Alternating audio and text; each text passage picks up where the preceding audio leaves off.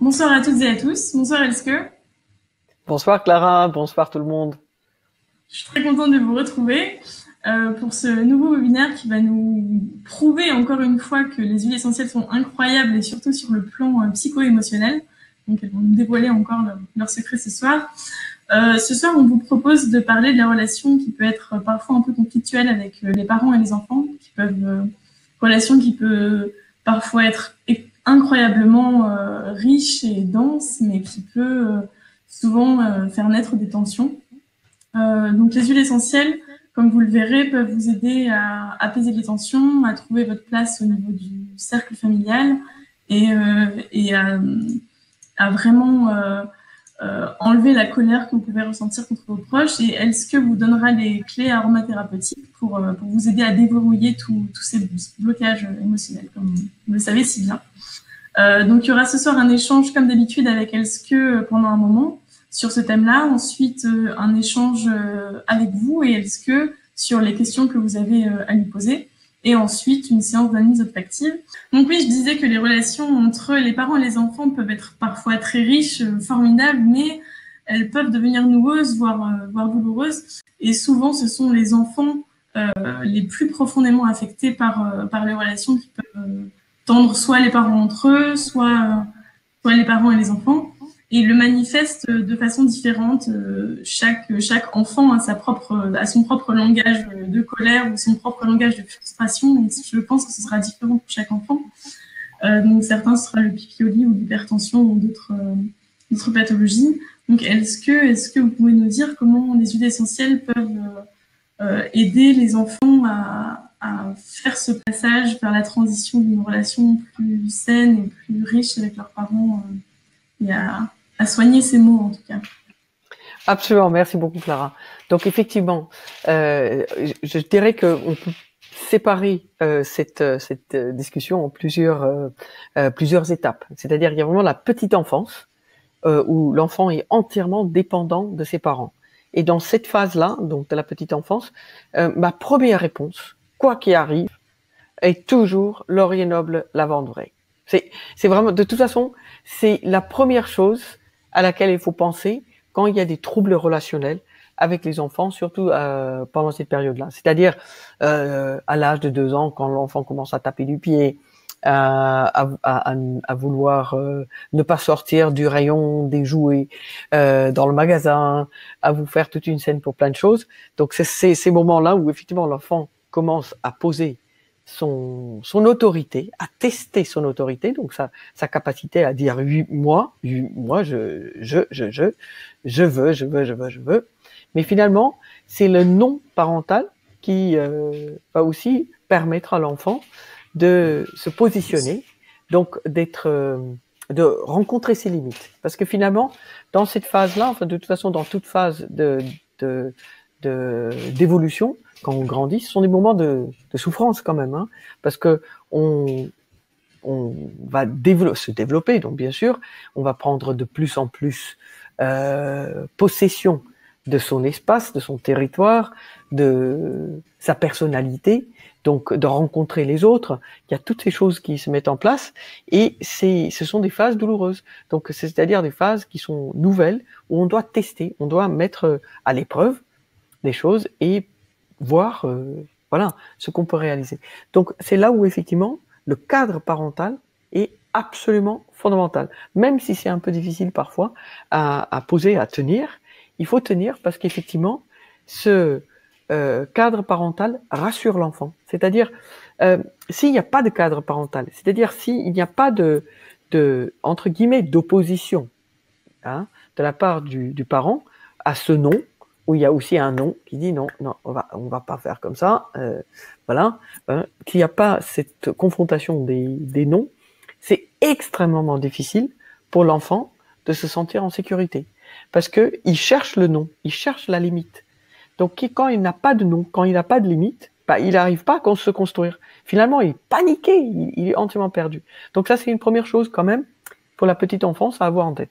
Donc dans ce cas-là, c'est tout à fait envisageable de diffuser dans un diffuseur un mélange des deux, de laurier noble et lavande vraie. C'est tout à fait une une image, on veut dire une information olfactive qu'on peut envoyer pour rassurer, détendre l'enfant. Et sinon, effectivement, il y a la petite application de laurier noble le matin. Ça peut être sur un plexus solaire si c'est un tout petit enfant, un jeune enfant, donc jusqu'à 7 ans, on va dire. 7 ans, c'est l'âge de raison.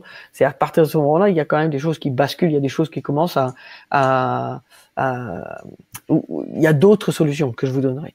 Mais jusqu'à 7 ans, effectivement, ça peut être laurier noble le matin, même sur le plexus solaire. Donc, ça va être une goutte dans 3 gouttes d'huile végétale d'amande douce sur le plexus solaire, et le soir, la lavande vraie sur le plexus solaire, même protocole, même posologie.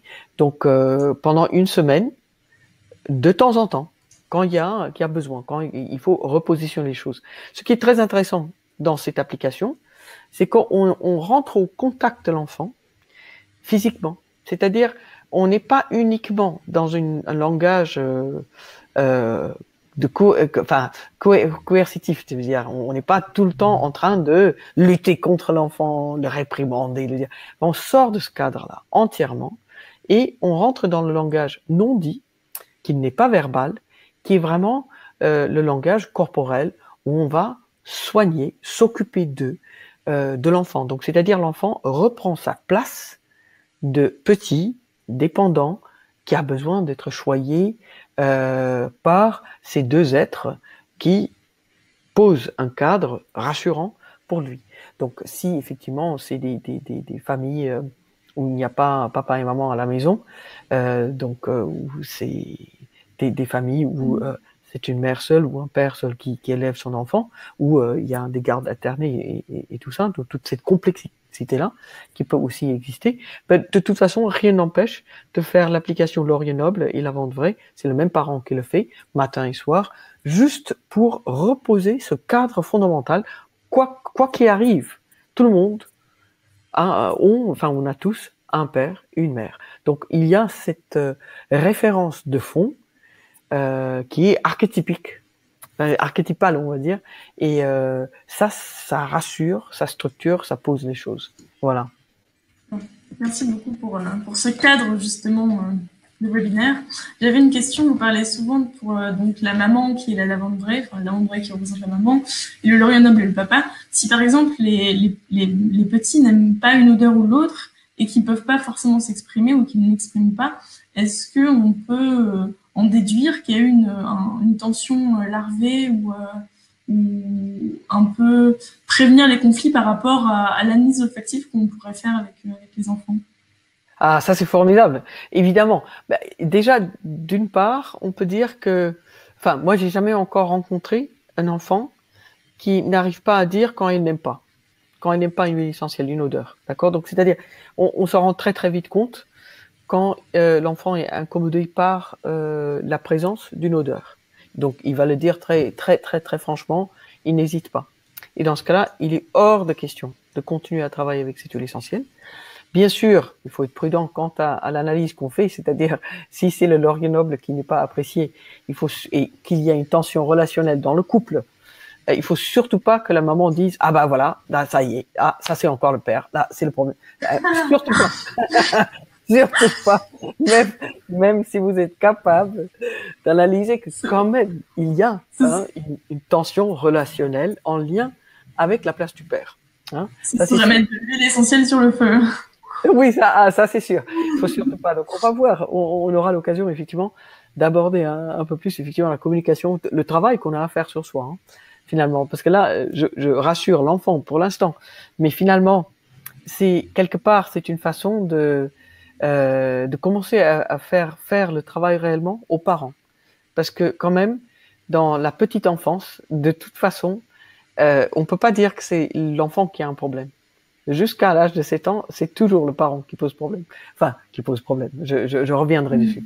Mais donc, la question était effectivement, si l'enfant n'apprécie pas une odeur, effectivement, vous ne travaillerez pas du tout avec cette huile essentielle, parce que le dosage est extrêmement minime. On est à une goutte d'huile essentielle dilué dans une huile végétale en application sur le plexus solaire. Je ne parle pas des nourrissons, hein, c'est pas la peine de commencer à travailler vraiment sur l'enfant qui a moins d'un an, enfin des tout petits. Franchement, c'est que l'information olfactive qui posera, enfin, éventuellement, ça va être intéressant. Par exemple, dans le cas que j'ai donné de l'enfant qui à 2 ans commence à taper du pied et à dire non, parce que c'est la phase, hein, 2 ans, 3 ans, on rentre dans cette phase-là. Donc on est à l'âge de 3 ans à la fin de cette phase de nourrisson. Dans ce cas-là, effectivement, on peut appliquer une goutte, mais bon, c'est surtout l'information olfactive qui va être très importante. Le lien avec la mère est plus proche. C'est-à-dire jusqu'à 3 ans, vraiment le lien est plus, comme l'enfant est plus comme une éponge. Il va nous restituer des troubles qu'il ressent dans son environnement. Donc c'est là où effectivement c'est très intéressant quand il n'y a pas, enfin il y a une huile essentielle qui n'est pas appréciée, ça peut être la lavande vraie hein, qui n'est pas appréciée, mais ça veut dire que ça va nous permettre effectivement de comprendre quelle est la dynamique relationnelle qui pose problème à l'enfant. Donc ce n'est pas que l'enfant n'est pas sa mère ou n'est pas son père, c'est pas du tout ça. Hein. C'est juste que le trouble qu'il ressent, enfin par rapport à une problématique familiale est plus en lien avec la dimension maternelle ou avec la dimension paternelle. C'est-à-dire, par exemple, un enfant qui n'aimerait pas l'odeur de l'huile essentielle de lavande vraie, ce qui est absolument rare, comme extrêmement rare. Pour vous dire, enfin, j'ai jamais encore rencontré ça, mais bon, restons dans l'hypothétique.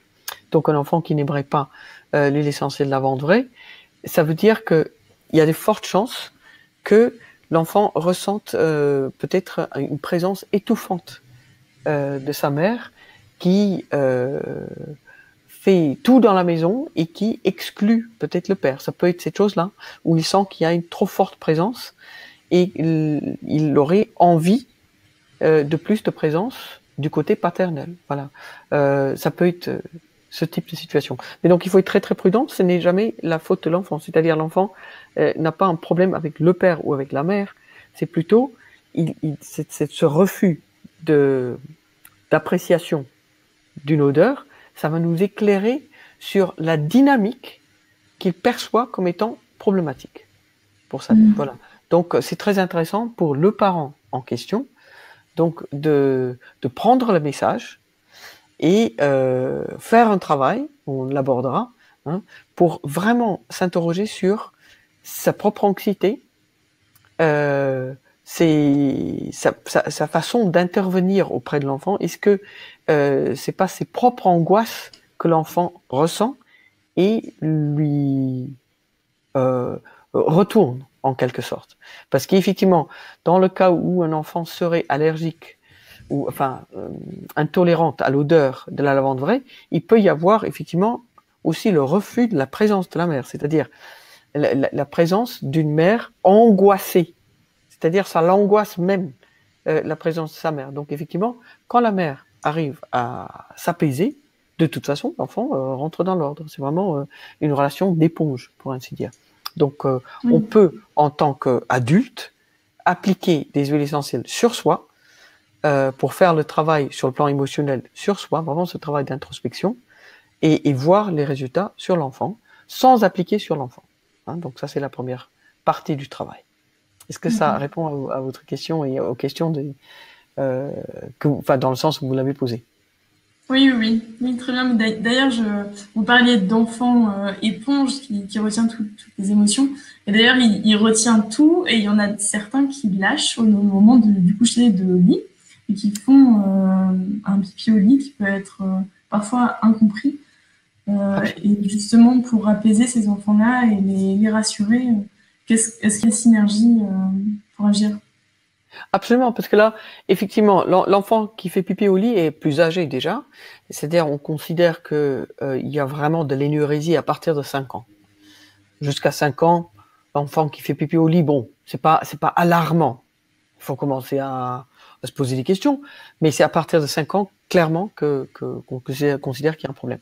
Donc, c'est-à-dire, l'enfant va a priori va déjà à l'école, donc il peut y avoir d'autres choses qui interviennent, donc d'autres tensions qui interviennent, que l'enfant a besoin de lâcher la nuit.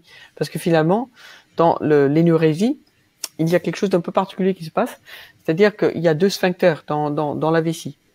Il y a une première partie qui est gérée, enfin au niveau des sphincters de la vessie, cette première partie qui est gérée par la volonté, donc avec la maîtrise de la conscience. Bon, c'est pour ça qu'on peut, effectivement, c'est comme ça qu'on devient propre à un moment ou l'autre. C'est-à-dire dans la journée, l'enfant n'a pas de problème à se retenir et puis aller aux toilettes pour faire pipi. Donc c'est très bien. Donc il n'y a pas un problème neurologique. Mais c'est le soir, quand justement les sphincters ne sont plus, enfin, c'est-à-dire la présence de la conscience consciente n'y est plus, c'est-à-dire c'est plutôt le subconscient qui s'exprime. Là, l'enfant n'est plus réveillé, c'est-à-dire la conscience ne réveille pas l'enfant.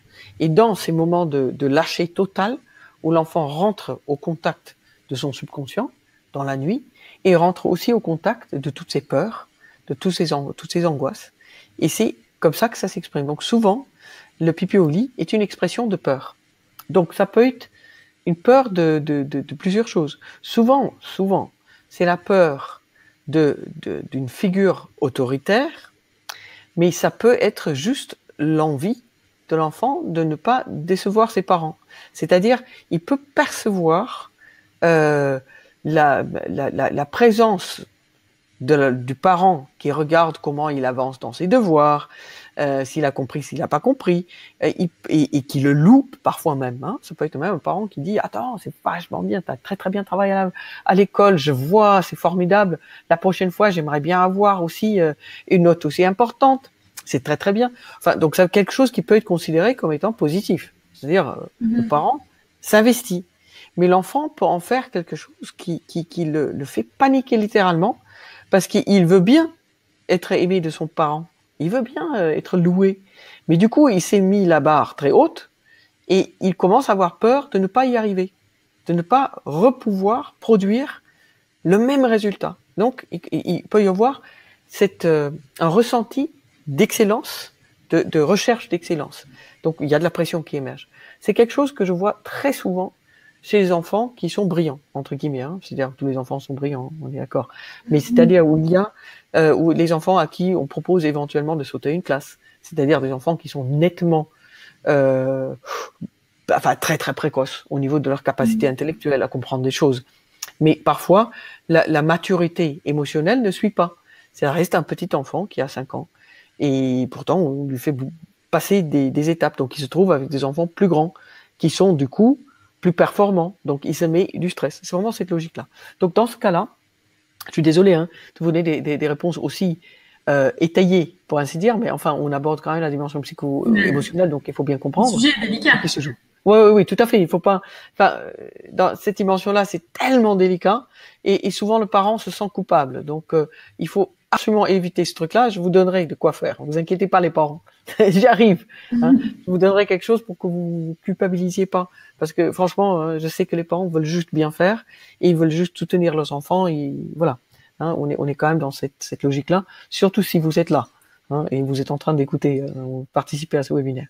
Donc la réponse en matière d'huile essentielle va être une huile essentielle qui n'est pas habituellement utilisée pour des très jeunes enfants. Parce que justement, on est sorti du cadre de l'ordinaire. D'accord ?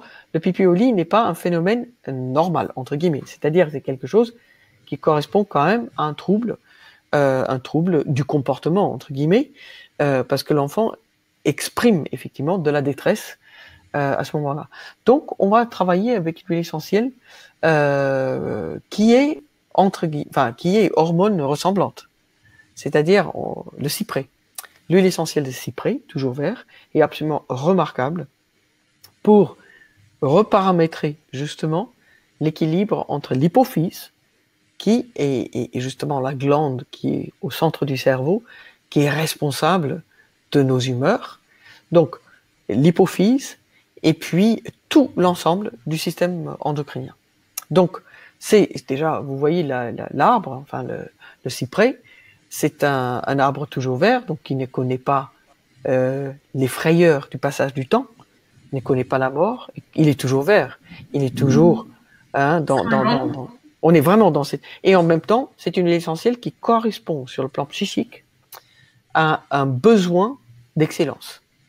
C'est-à-dire, c'est la plante la plus exigeante qui existe sur la planète. On dit que l'excellence fait partie de l'habitude, donc...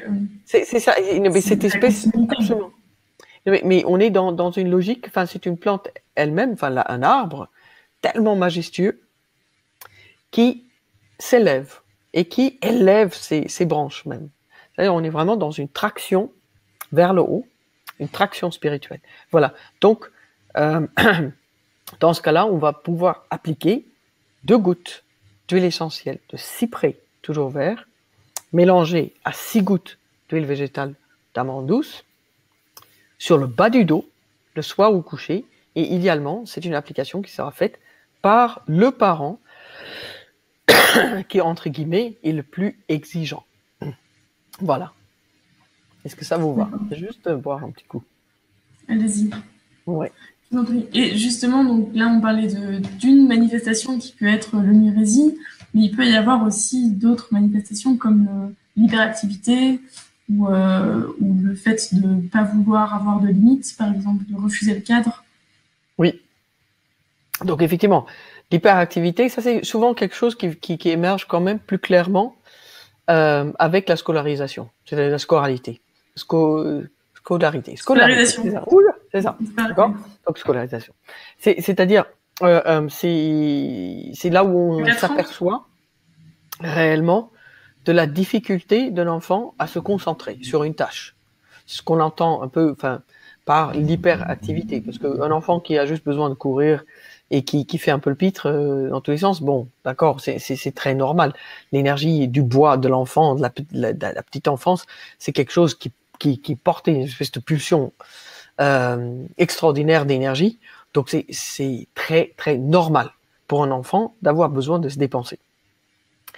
Par contre, on commence à parler d'hyperactivité quand, en plus de ce besoin de courir pour certains enfants, enfin de faire des choses, plein de choses, et de passer d'une chose à une autre, c'est-à-dire de pratiquer le présent.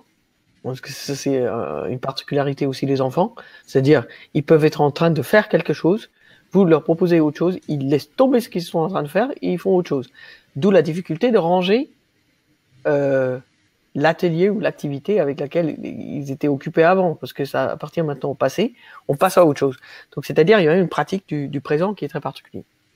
Mais quand il s'agit d'hyperactivité, c'est donc cette tendance entre guillemets naturelle pour un enfant de se disperser, qui va être aggravée par le fait de rester stationnaire à son bureau, c'est-à-dire de travailler à l'école, de rester à sa petite table, et il doit faire des multiplications, des lettres bien rondes et tout ça, enfin, il doit apprendre des choses. Donc, dans ces moments-là, on va pouvoir voir l'enfant qui va s'occuper plus de ce qui se passe chez son voisin, que ce qui se passe sur sa feuille à lui. On commence à voir, effectivement, il y a cette tendance à se disperser, à se préoccuper de tout ce qui se passe au même niveau. C'est-à-dire que ce soit une gomme qui tombe, ou le stylo du voisin qui est joli, ou le travail qu'il est en train de faire, tout est au même niveau.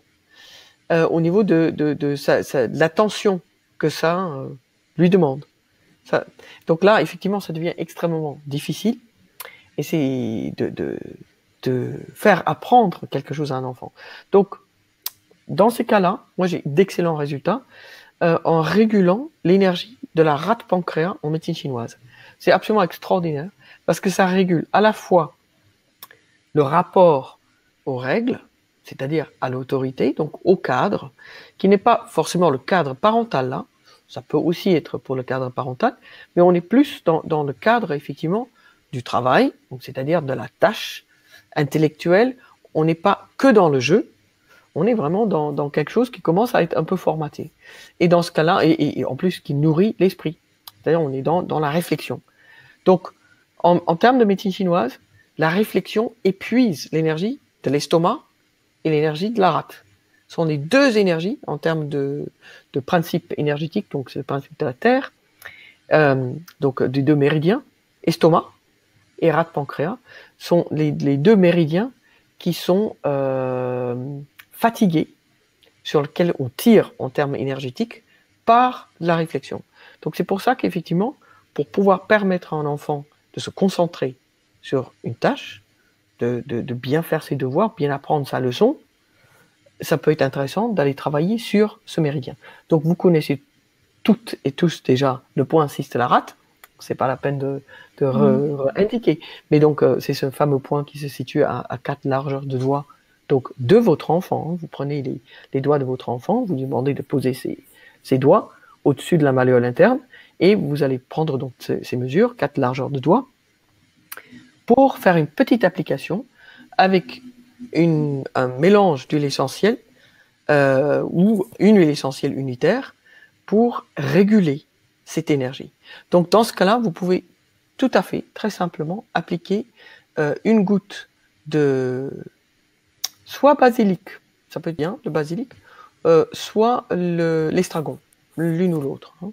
Donc basilic ou estragon, une goutte diluée dans un petit peu d'huile végétale que vous mettez dans un petit récipient et vous appliquez une goutte côté droit, côté gauche, 3 fois par jour pendant 7 jours pour vraiment réguler cette énergie, soutenir cette énergie. Et ça, c'est quelque chose qui peut être refait quand l'enfant en aura besoin, c'est-à-dire quand ça redevient difficile de se concentrer. Voilà. Donc ça, c'est vraiment pour les troubles de la concentration, c'est-à-dire l'hyperactivité. Et vous pouvez effectivement aussi demander à l'enfant, au moment où vous allez faire cette petite application, avant de se mettre à sa table pour faire ses devoirs, ça peut être intéressant que l'enfant fasse quelques petits mouvements, enfin c'est très intéressant de faire des mouvements de Lemniscat avec les yeux, c'est-à-dire de suivre un 8 couché. Vous pouvez même lui dessiner, si vous avez par exemple un tableau noir à la maison, où vous mettez une grande feuille et vous faites un 8 couché, d'accord? Et vous demandez à l'enfant de suivre 10 fois avec les yeux le 8 couché.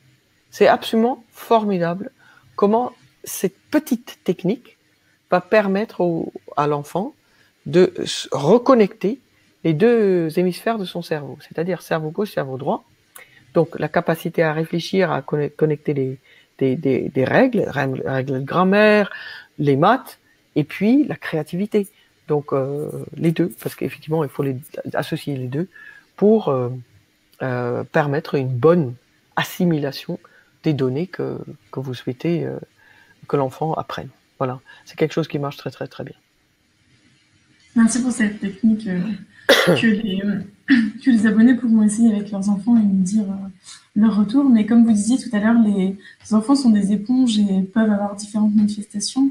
Mais les parents, donc, ont un travail à effectuer s'ils sont à l'origine des tensions familiales. Et dans ce cas-là, est-ce qu'il y a juste une huile essentielle pour apaiser la colère d'abord, parce que les tensions sont nourries de colère, de remords, de frustration, avec les enfants ou avec le conjoint ou la conjointe. Ah oui, donc ça c'est la première chose. Il faut savoir contre qui on est en colère. C'est très important. D'accord? Donc, c'est-à-dire quand il s'agit effectivement d'un petit enfant qui a des troubles de comportement, des peurs, paniques, de l'énurésie, du trouble de comportement, des troubles de sommeil, enfin toutes ces choses-là, il faut que les parents se posent la question effectivement de qu'est-ce qui déraille dans la maison. Donc ça peut être effectivement parce que il y a une tension dans le couple, mais cette tension n'est pas forcément dramatique. Hein, c'est pas forcément que le couple va divorcer, ça va être terrible. C'est pas du tout ça. Hein. Ça peut être juste l'enfant qui capte les tensions. Donc la première chose à faire, c'est de faire le point avec soi-même en disant bon, d'accord, c'est très bien, on va essayer de baisser le ton. Hein, déjà dans la maison. C'est très important parce que les enfants restent très sensibles au niveau de bruit. On fatigue un enfant quand il y a un niveau de bruit très élevé. Donc, on essaye déjà, en tant que couple, de se parler correctement, c'est-à-dire avec beaucoup de courtoisie. C'est là où c'est très important de travailler sur soi, finalement. On ne peut pas s'attendre à ce qu'il existe une harmonie extraordinaire dans le foyer si au niveau du couple parental déjà on se traite avec mépris, avec un manque de respect. Donc ça, c'est la première des choses. Donc vraiment des échanges des échanges courtoises. Il faut rester courtois dans les échanges, et avec les enfants, et avec son conjoint ou sa conjointe. Donc c'est un effort. Hein. Donc les huiles essentielles qui vont pouvoir aider, j'en ai pas mal, bien sûr. Hein. Ça dépend du type de conflit, mais il y a une première chose qui est absolument formidable. On parle même pas encore de colère, parce qu'on va voir la colère tout à l'heure. Mais là, c'est déjà de permettre à tout le monde dans la maison de prendre du recul. Parce que c'est absolument nécessaire. Quand il y a des troubles relationnels, c'est la chose la plus importante et c'est souvent la chose qu'on n'a pas. C'est-à-dire, quand il y a un conflit dans une maison, ça part tout de suite. C'est-à-dire, on connaît déjà la réponse de l'autre, on sait déjà comment ça va dérailler, on sait déjà. D'accord ? Donc, même avant de dire la chose qu'on va dire, on fait déjà question et réponse. Et donc là, c'est d'une stérilité absolue. C'est-à-dire, ça n'amènera jamais à une résolution vraiment harmonieuse de conflit. Donc, la première chose dont on a besoin, c'est ce moment de recul. Donc, j'ai une petite merveille à vous proposer, effectivement, à diffuser dans la maison. C'est vraiment, il y en a d'autres, hein, mais c'est quand même quelque chose qui va, une petite synergie qui va donner de la dimension, de la hauteur, donc du recul par rapport à la situation, et ça va favoriser la résolution de conflits. Donc, c'est-à-dire, déjà, on va pouvoir se poser pour parler autrement. D'accord ? Parce que ce qui est formidable, c'est qu'on n'a pas de prise sur ce que l'autre fait, ni sur ce que l'autre peut dire, mais on a une maîtrise absolue possible sur notre comportement. Donc, c'est quelque chose d'extraordinaire. C'est vraiment extraordinaire. Donc, la synergie que je vous propose, c'est de mélanger en diffusion. Vous pouvez pas le diffuser dans la maison, surtout quand il y a des moments de conflit, et que vous souhaitez discuter justement pour que les choses se passent bien, que vous discutiez avec votre enfant ou avec les personnes concernées dans le foyer de ce conflit. Donc ça peut être vos parents, ça peut être votre conjoint ou conjointe, voilà. Donc c'est le pain l'haricot, c'est le pain qui pousse en Corse. Le pain l'haricot, qui est extraordinaire. Si vous avez que du pain sylvestre, ça ira très bien aussi, parce que le pain sylvestre, et aussi c'est un arbre qui porte la tête haute, donc c'est un arbre qui va nous donner ce recul nécessaire. C'est-à-dire, ce sont des arbres qui n'aiment pas la promiscuité, d'être trop enfermé dans la dimension passionnelle, justement. Hein, le pain, c'est toute une histoire par rapport à sa rectitude. Pourquoi le pain sylvestre porte cette signature très particulière, et donc cette dynamique où c'est une huile essentielle qui va nous donner de la hauteur, du recul, de la distance, pas de froideur, mais ça va être un moment de partage qui est proposé. Donc, pain sylvestre ou pain l'haricot. L'haricot est un peu plus douce que le pain sylvestre au niveau de l'odeur, mais les deux iront bien. Et puis, je vous propose d'associer à ce pain l'huile essentielle de Pelargonium asperum. Donc, le Pelargonium d'Égypte, le Pelargonium rosa, Géranium rosa, qui porte l'espoir. C'est-à-dire, c'est une huile essentielle qui va déjà égayer l'esprit, sortir des réponses habituelles, vers, on va dire, briser un peu ce qui est attendu, et on propose du renouveau. Donc c'est vraiment ces deux huiles essentielles en diffusion qui donnent une espèce d'ambiance déjà d'une douceur, ça sent bon, et quand ça sent bon, quand on rentre dans une maison, déjà l'humeur change. Donc si vous savez que vous souhaitez que c'est un peu tendu à la maison, et vous avez décidé donc vous-même de prendre la responsabilité de résoudre cette situation tensionnelle, très bien, vous pouvez accueillir les personnes qui rentrent dans la maison avec cette odeur.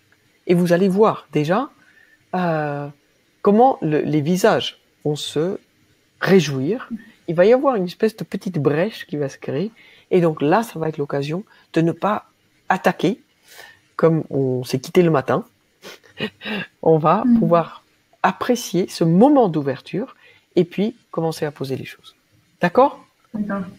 Et justement, c'est parfait, vous parliez d'ouverture et j'allais en parler de l'ouverture du cœur parce que une maison saine, harmonieuse, avec une harmonie, est basée sur des liens de confiance et des liens d'amour avec l'ouverture du cœur des parents, des enfants. Et est-ce qu'il y a une huile essentielle qui permet ça? Oui, absolument. Je vais en donner plusieurs. Enfin, je vais donner je garde une petite recette quand même parce que c'est très chouette de pouvoir proposer quelque chose. Mais c'est aussi, ça peut être problématique si c'est fait de manière, on va dire, précoce. C'est trop vite. C'est-à-dire s'il y a de colère, parce que vous m'avez parlé de la colère.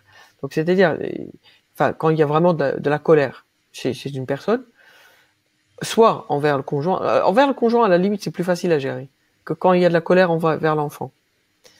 Il faut bien, quelque part on n'est jamais en colère contre l'enfant, mais il faut être très clair sur ce débordement colérique quand l'enfant ne fait pas tout de suite, là maintenant, ce que vous demandez et que ce soit fait. Tout de suite le ton peut monter, il peut y avoir des menaces. Si tu fais pas ça, tu n'auras pas ça. Ça part tout de suite. Donc après ça devient des tics et tout est tendu tout le temps. Même le parent, il n'aime pas. En tant que parent, on n'aime pas faire ça. Franchement, c'est ça beaucoup plus tranquille quand même de rentrer à la maison, qu'on demande à l'enfant de se brosser les dents, de se mettre au lit et puis qu'on arrive lui faire un petit câlin et tout se passe bien. D'accord?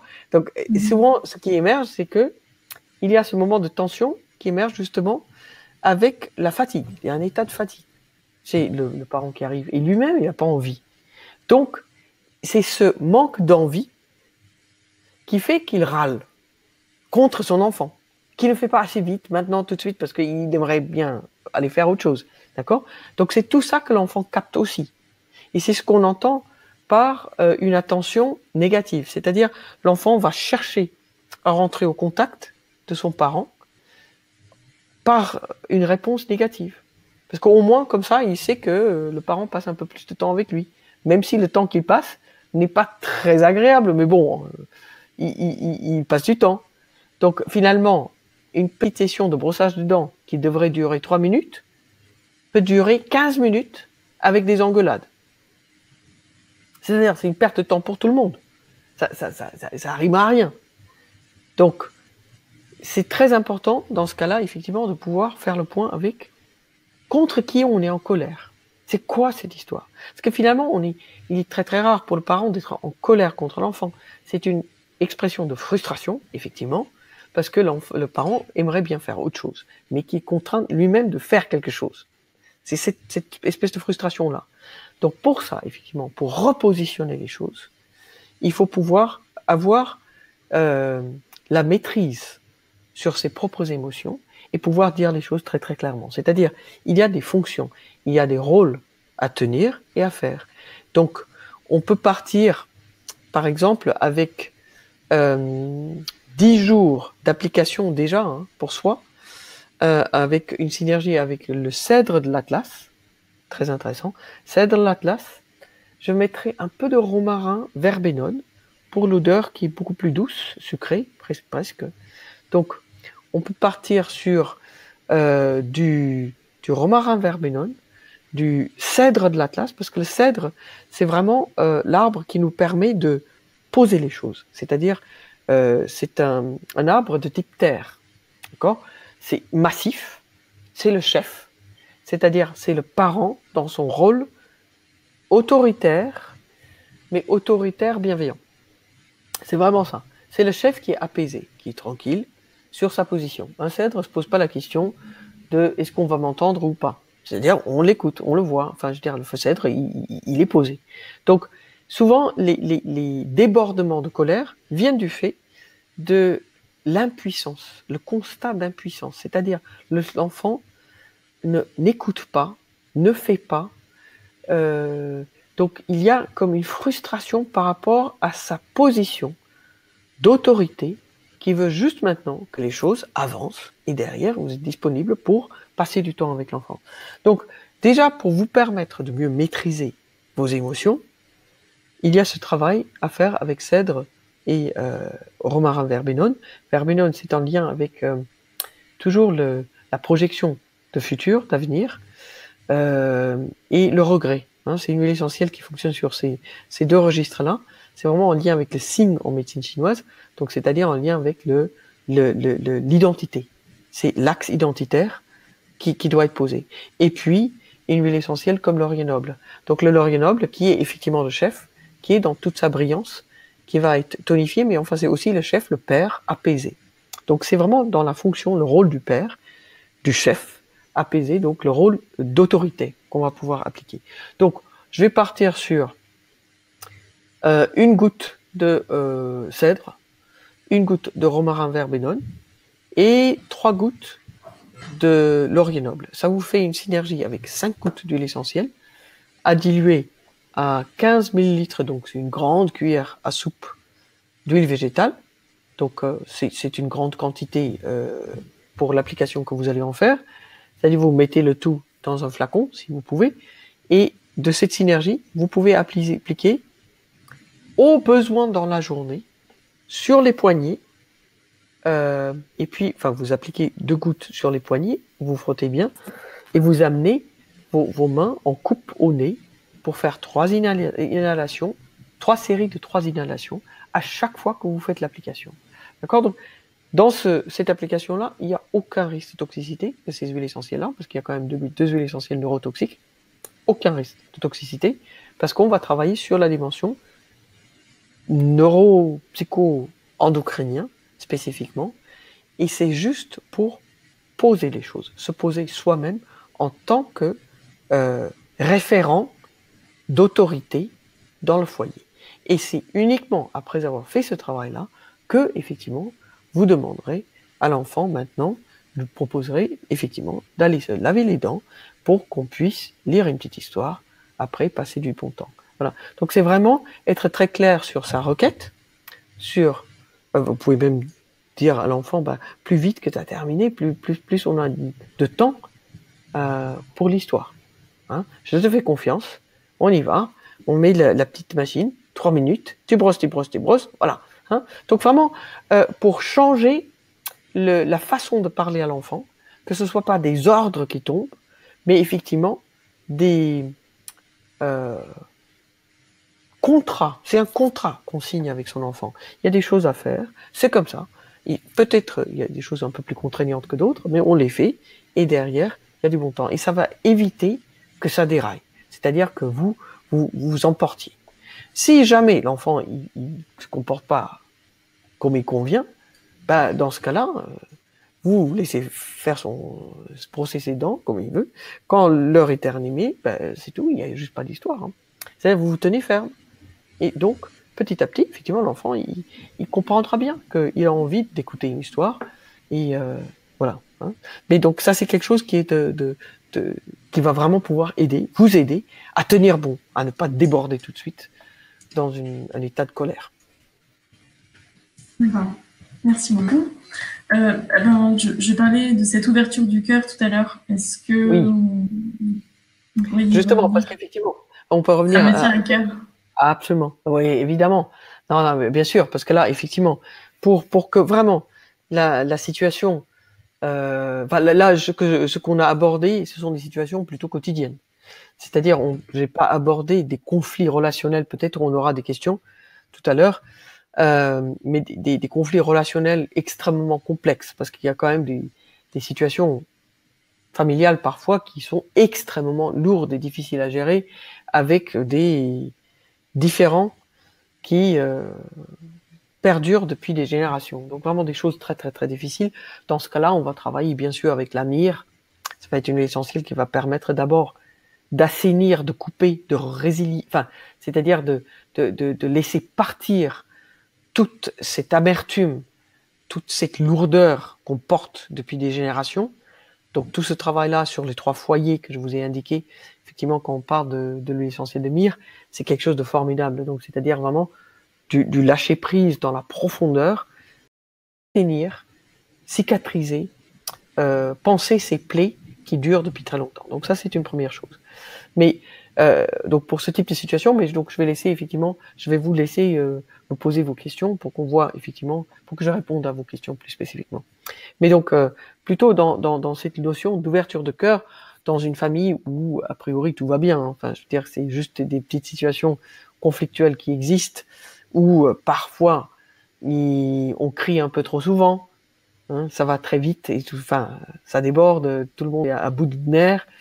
Et on se rend compte que l'enfant hurle à son frère ou sa sœur, et commence à vous hurler dessus, et tout ça, ça veut dire que quand même, l'exemple qui est donné, c'est un exemple où très vite, on monte d'un ton. D'accord ? Parce que l'enfant est quand même dans un processus mimétique, c'est-à-dire il va imiter ce qu'il voit. Donc, quand même, la meilleure façon d'élever un enfant, et on parle d'élévation quand même, hein, l'élévation, on élève un enfant. La meilleure façon d'élever, on n'éduque pas, on élève. C'est ça le rôle du parent, il élève. Donc, la meilleure façon d'élever un enfant, c'est déjà de lui proposer un exemple dans le foyer de comportement qu'il peut répéter, qu'il souhaite répéter, qu'il va répéter. D'accord ? Il voit comment vous parlez, vous lui parlez à lui, et comment vous parlez aux personnes autour de vous. C'est extrêmement important. Donc, à partir de ce moment-là, on va pouvoir parler d'ouverture de cœur, hein, et de travailler sur cette ouverture de cœur. Donc, moi, il y a effectivement une technique, c'est plus qu'une technique, hein, qui existe en psychologie, mais c'est quelque chose que j'adore particulièrement parce que je trouve que c'est toute une autre façon de voir les personnes avec qui, enfin toutes les personnes finalement, toute personne avec qui on interagit, mais c'est très utile au niveau de la famille, au niveau justement des enfants, et puis le foyer et les liens avec ses propres parents, très intéressant. C'est ce qu'on appelle la communication non violente. Et c'est, enfin bien sûr, la personne qui est à l'origine de cette communication, entre guillemets, même s'il y a beaucoup de personnes, enfin c'est un proche effectivement de beaucoup de philosophies orientales, et effectivement, mais c'est justement Gandhi, hein, Mahatma Gandhi, et c'est très particulier dans sa façon effectivement de pratiquer la non-violence. Donc il y a des principes absolument intéressants là-dedans pour effectivement vous aider à mener des conversations, à mener des relations plus sainement. C'est-à-dire on va effectivement être dans une relation d'égal à égal, même s'il s'agit d'un enfant, mais on est toujours dans une relation d'égal à égal. On se met au même niveau qu'un enfant quand on lui parle. C'est extrêmement important de ne pas parler d'un enfant d'en haut, hein, de se mettre, de s'agenouiller, même si vous le réprimandez, mais de vous mettre à son niveau, hein, pour qu'il puisse y avoir ce lien très, très respectueux de la dignité de sa vie. D'accord ? Donc c'est très important. Et là, on va pouvoir parler d'ouverture de cœur, réellement.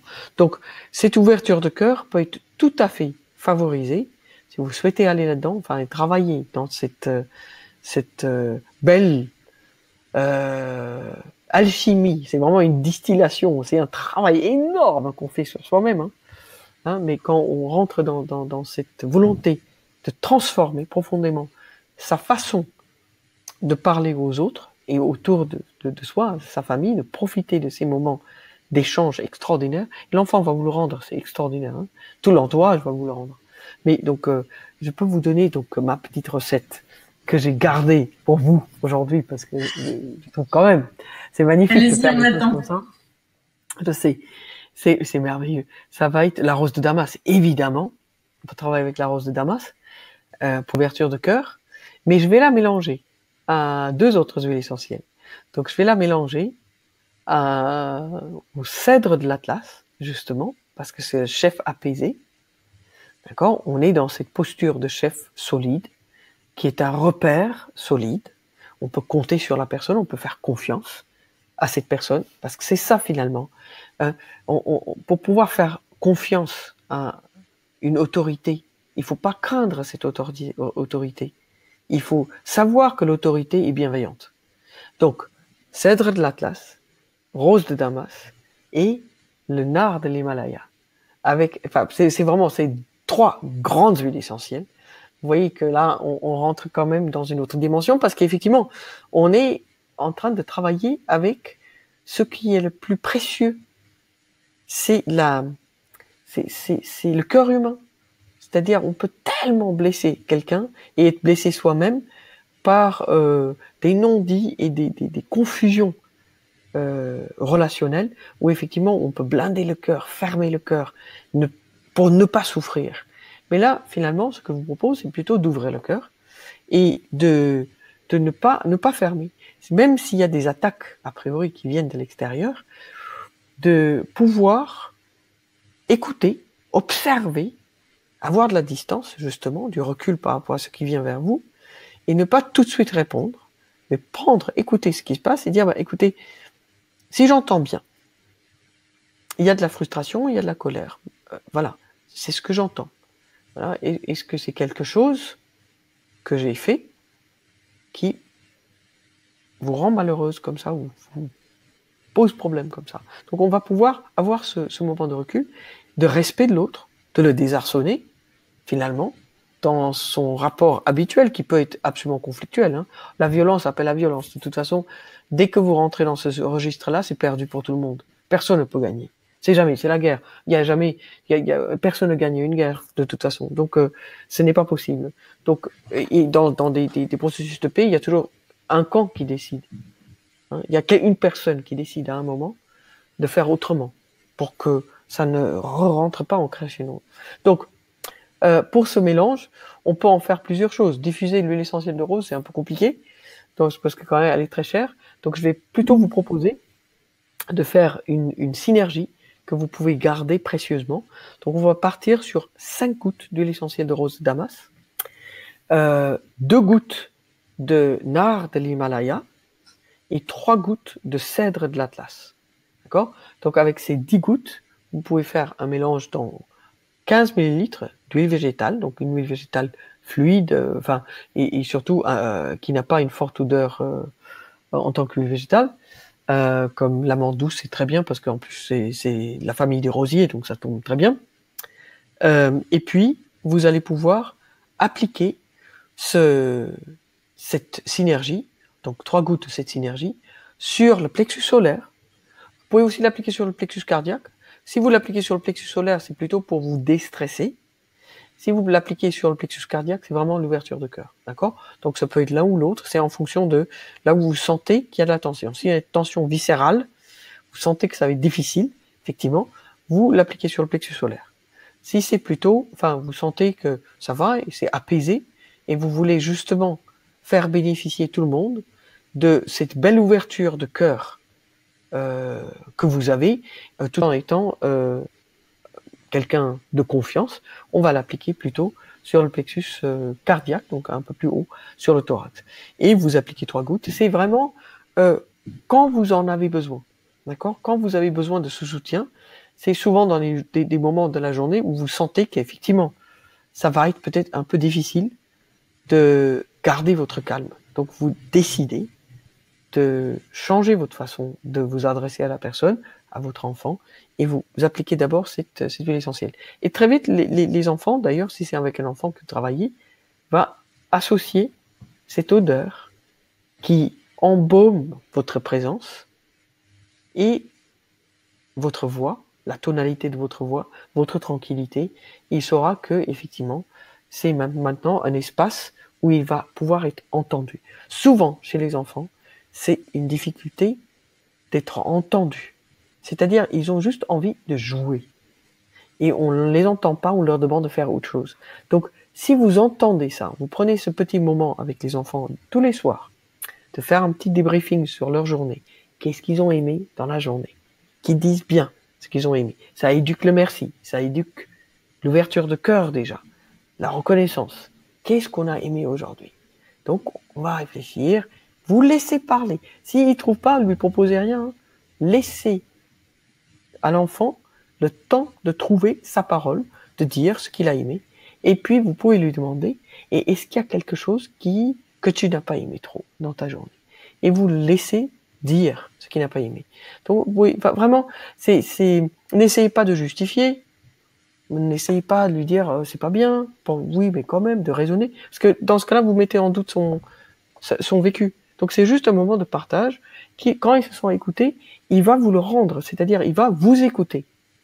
Hein, c'est très, très, très intéressant. Bon, ça a été un peu long, mais j'espère que ça a été clair. Long mais passionnant comme toujours. Et là, je voudrais aussi parler un peu de la relation avec les grands-parents. Parce Oui. qu'elle est peut-être aussi riche. Et est-ce que les grands-parents peuvent diffuser une synergie quand ils reçoivent leurs enfants, leurs petits-enfants? Est-ce qu'il y a une huile essentielle spéciale accueil de petits-enfants pour les grands-parents, pour l'atmosphère ou autre? Oui, enfin ça c'est quelque chose. On va dire que c'est très intime. Hein. Ça c'est les grands-parents ont tous les droits. C'est magnifique. C'est vraiment, c'est vrai. Parce que les grands-parents ont fait ce qu'ils avaient à faire. C'est-à-dire, ils avaient fait leur rôle de parents. Donc, le plus important pour un grand-parent, c'est justement de ne pas essayer d'être parent. Donc, avec ses petits-enfants. Donc, c'est-à-dire de faire autrement. Et bien souvent, les enfants, donc, qui sont les parents des petits-enfants, ne retrouvent pas du tout leurs parents. Disant, mais attendez, mais c'est pas possible. Moi quand j'étais enfant, tu n'as jamais été aussi tranquille, aussi cool, aussi voilà, avec moi. Bah oui, parce que c'est pas les mêmes rôles. C'était pas du tout la même chose, d'accord? Donc c'est très important que les grands-parents aient la liberté de, de se faire plaisir et de faire plaisir à leurs petits-enfants. C'est très important. Donc à partir de là, effectivement, je dirais qu'à la limite, toute synergie qui vous met en joie sera parfait. C'est-à-dire, on partira a priori plutôt sur les essences d'agrumes, parce qu'effectivement, on est dans cette notion de fruits, de jubilation, de cadeaux. On est dans des fruits qui sont connus. Donc, on est dans quelque chose qui est dans une logique de récompense, mais voilà, très très gratuite quelque part, très très facile, d'accord. Donc, on peut partir avec un fond, par exemple, de orange douce, Citrus sinensis, en diffusion. Et puis, ça peut être intéressant de mettre une petite touche de camomille noble, ça peut être intéressant. S'il y a des enfants qui sont plutôt un peu colériques, où il y a beaucoup de frustration chez les enfants, ça peut être intéressant de donner l'information quand même. Donc avec camomille noble. Et puis le lavandin. Le lavandin parce que c'est l'huile essentielle de l'enfant. Donc l'huile essentielle de l'enfance. Donc c'est vraiment là où on n'a pas besoin tant de cadres qui posent les choses, c'est vraiment plus de la disponibilité pour faire plaisir aux enfants. C'est un moment de jeu, c'est très important, qui est ces moments agréables de rencontrer les grands-parents et d'être bien avec les grands-parents. Voilà. Et surtout, j'ai un conseil à donner, mais enfin, c'est toujours compliqué. Hein. Vous m'avez rien demandé en termes de conseils ou de comportement, mais c'est très important, je trouve, pour le grand-parent, de ne pas du tout se mêler de ce que font leurs enfants avec les petits-enfants. C'est-à-dire de ne pas porter de jugement, finalement. Parce que souvent, c'est une grande cause de conflit entre les parents des enfants et leurs parents. Hein, c'est quand les parents sentent qu'ils ne sont pas légitimes, quelque part, ils ne font pas bien, que les grands-parents, enfin leurs parents, les jugent. Donc, ne jugez pas, vous les laissez tranquilles, c'est leur travail de s'occuper au quotidien des enfants, donc du comportement. Vous, par contre, vous êtes vraiment là pour passer un moment agréable avec les petits-enfants et justement de nourrir ce terrain de jeu, de liberté, voilà, de partage, effectivement, de moments extraordinaires, aussi de respect. D'accord? Donc c'est extrêmement important quand les enfants ne respectent pas les grands-parents, par contre, là, effectivement, dire que vous êtes effectivement pas obligé de recevoir les petits-enfants. Il n'y a pas de devoir là-dedans. C'est vraiment partir sur le principe de beaucoup de joie et un cadeau que vous faites et à vos parents, mais surtout aux petits-enfants. Il ne faut pas qu'il y ait de contraintes. Bon. Merci beaucoup pour ces précisions. Si vous le voulez bien, je souhaiterais passer aux échanges avec les abonnés parce qu'il y a beaucoup de questions Absolument. dans chaque Ah bah, s'il y a sens. des questions, c'est formidable. C'est le sujet. Donc, on va commencer avec Françoise qui demande comment se protéger d'une mère toxique qui infuse des énergies négatives à ses enfants par des conflits, des insultes, des jalousies incompréhensibles. Donc, c'est-à-dire que il y a la grand-mère qui est considérée comme étant toxique envers les petits-enfants. C'est ça? Non, non, je pense que c'est juste la Mère toxique. relation mère-enfant. Mère-enfant. La mère qui est toxique avec ses enfants, je pense, comme c'est D'accord. formulé.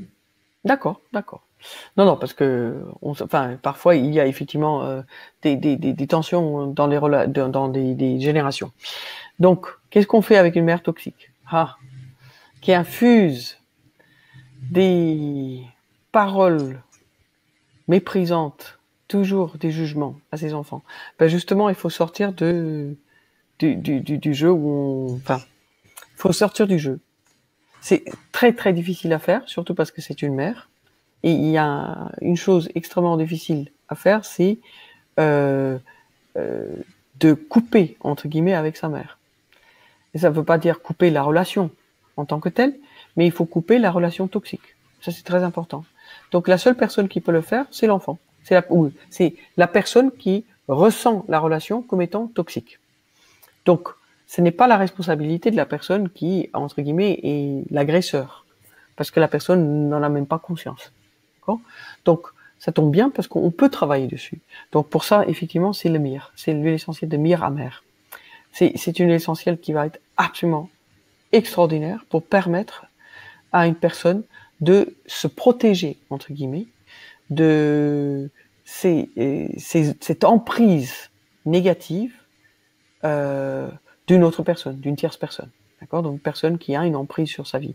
Donc, ce travail-là doit être fait, effectivement, au niveau de la zone qui est la plus, enfin, c'est-à-dire la zone symbolique sur le corps, qui est la plus affectée.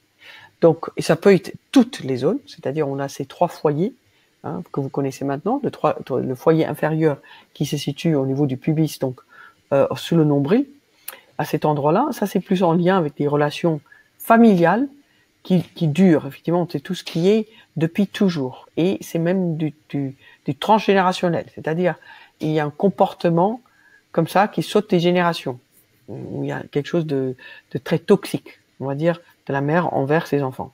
Ça va être ce foyer-là. Si c'est plus en lien avec la dimension quotidienne, c'est-à-dire vous habitez à proximité de votre mère, qui vous pose problème comme ça, qu'elle envahit votre quotidien, on va devoir travailler au niveau du plexus solaire. Donc couper ce lien avec le quotidien direct. C'est-à-dire, c'est souvent le cas, on aura coupé à ce niveau-là, avec l'essentiel de myrrhe, quand rien n'est bon de ce que vous faites. C'est-à-dire, vous ne pouvez pas faire la moindre chose qui, au niveau des dépenses, comment vous gérez votre argent, comment vous gérez vos enfants, et tout ce que vous faites ne convient pas aux yeux de votre mère.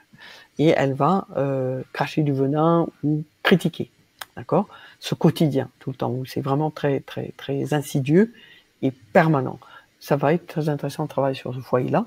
Et puis, si c'est plutôt quelque chose qui est au niveau d'une emprise affective, où il y a du chantage, où votre mère va avoir tendance à vous dire que dès que vous mettez un peu de distance, que vous l'aimez pas, vous la rejetez, et donc va se positionner en tant que victime. Donc, ce qui est extrêmement difficile pour n'importe quel enfant de vivre cette situation de chantage, ça va être plutôt le plexus donc cardiaque sur lequel vous allez travailler. Donc, c'est très très simple. C'est 2 gouttes d'huile essentielle de myrrhe appliquées sur un de ces 3 foyers, ou les 3, c'est quelque chose qui touche les 3 foyers, quand il y a vraiment quelque chose de toxique de partout. Et dans ce cas-là, diluer dans 3 gouttes d'huile végétale d'amande douce. Et ça peut se faire surtout le soir, au coucher, pour vraiment faire ce travail sur le plan du sous-conscient.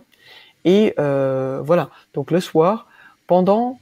on peut aller sur 2 semaines quand même, parce que c'est une application par jour, le soir, sur 2 semaines, et à refaire le point par rapport à cette situation après ces 2 semaines-là. D'accord, merci beaucoup. On a aussi beaucoup de questions sur la période de l'adolescence qui Ah est un oui, peu compliquée, et dont le témoignage d'Annie qui rapporte que j'ai adopté une fille à l'âge de 3 mois et un garçon à l'âge de 1 an et demi. La communication avec mon fils a toujours été très difficile, voire impossible. Il avait la difficulté de ne pas m'entendre jusqu'au jour où il s'est bouché carrément les oreilles avec ses 2 mains. L'explication, la gentillesse, la douceur ou la punition, rien n'a marché. Aujourd'hui, il a 25 ans, mais la communication avec lui est toujours aussi difficile. Il est toujours en colère avec moi et d'une manière générale, il en veut au monde entier. Malheureusement, je suis maintenant veuve. Je vais en désespoir de cause, fais voir un psy, mais au bout de 2 ou 3 séances, nous avons arrêté qu'elle n'ouvrait pas la bouche. Je me suis souvent remise en question et je n'ai rien résolu. Je suis très triste de cette situation car mon but n'a toujours été que de son bonheur. Que faire donc c'est surtout pour rétablir la connexion? donc il y a surtout une problématique avec le fils. C'est ça. C'est le deuxième enfant. C'est donc ça. l'enfant qui a été adopté à 1 an et... 1 an et demi. 1 an et demi. D'accord, donc c'est toujours très très complexe les histoires d'adoption, bien sûr, parce qu'il faut bien comprendre qu'est-ce qui est derrière. D'accord, qu'est-ce que l'enfant a vécu. D'accord, on dit toujours que pour 1 an d'absence de soins spécifiques, enfin d'amour maternel, donc 1 an à l'orphelinat, il faut compter 3 ans de soutien à la maison. Donc là, c'est-à-dire que, mais on peut pas rattraper le temps. C'est-à-dire on peut pas rattraper ce temps où effectivement, et ça prend du temps à établir un lien de confiance. Donc si l'enfant n'a jamais voulu entendre, il faut voir, enfin, qu'est-ce qui était dans sa vie, qu'est-ce que vous savez de sa vie. Donc c'est très important quand même d'aller chercher son histoire, et ça peut être même intéressant de lui raconter son histoire. Donc tout ce que vous savez de son histoire. Parce qu'effectivement, j'ai l'impression qu'il bouche les oreilles quand même. Hein. C'est la chose la plus violente, c'est-à-dire il ne veut rien entendre. Donc c'est comme si peut-être il y a quelque chose au niveau de ses origines où il s'est pas senti entendu, parce qu'à 1 an et demi, il a déjà vécu quand même, il a entendu d'autres langues. Ah si, ça dépend d'où vient l'enfant. Hein. Je sais pas, je connais pas toute l'historique, donc c'est très important quand même.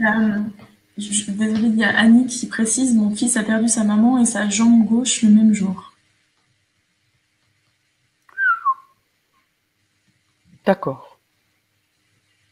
C'est-à-dire, c'est donc une adoption qui a été faite d'un enfant qui a perdu sa mère.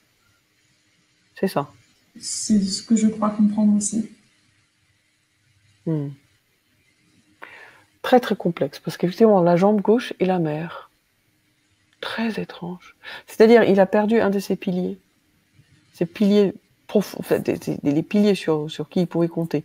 Donc, c'est assez complexe quand même. Donc, c'est un enfant, c'est un garçon. Donc, jambe gauche, c'est plutôt en lien avec le laurier noble, étonnamment. Donc, c'est comme si il cherche le père, étonnamment. C'est comme si, en perdant la mère, il a toujours voulu avoir un père. Donc, si j'ai bien compris que Annie est veuve, donc vous avez aussi perdu votre mari.